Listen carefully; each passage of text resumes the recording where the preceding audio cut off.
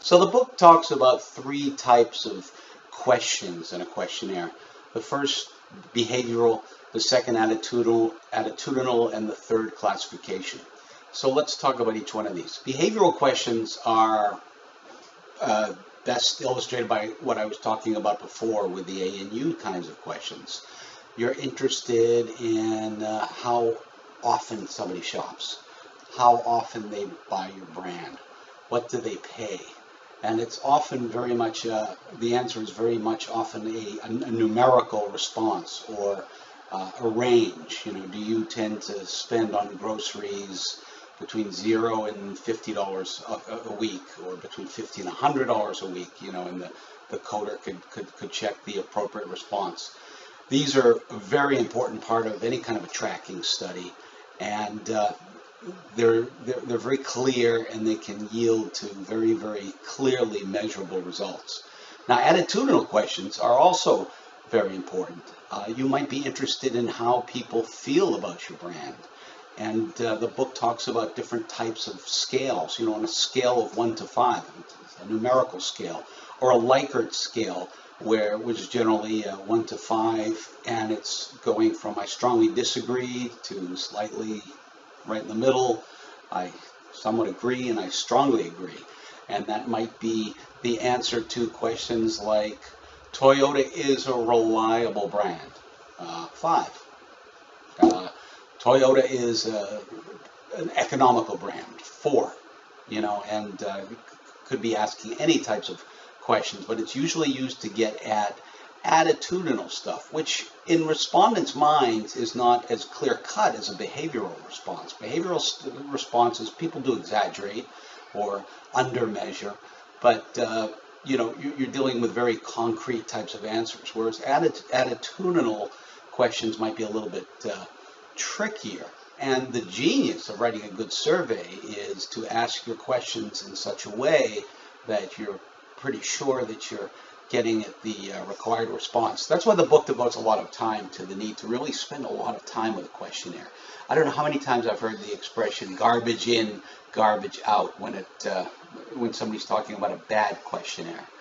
And there are a lot of pointers in the book about ways to get good information. Be clear in your questions.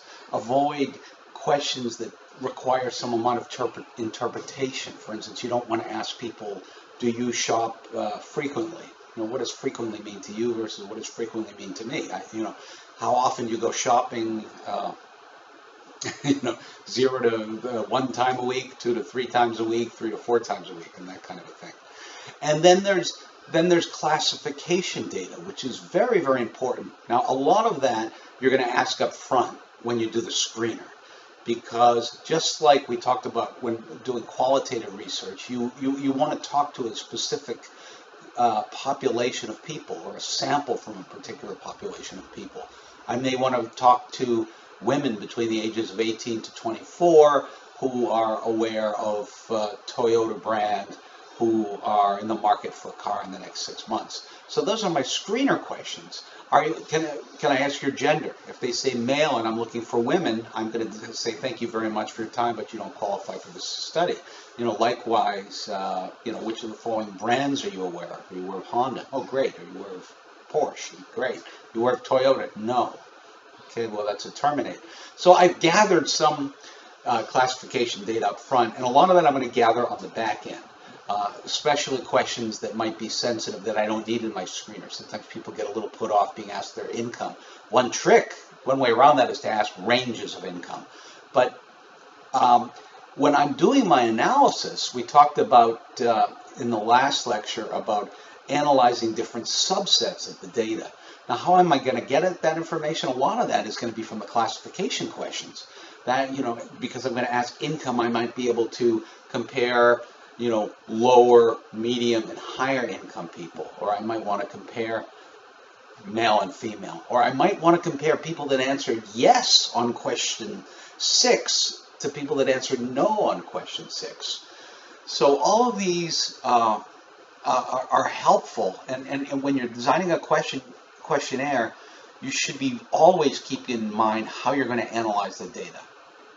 And that's going to help you in the process of asking good questions that are going to help you get at your objectives. So again, I've fallen short in talking about the many, many kinds of quantitative studies that are out there.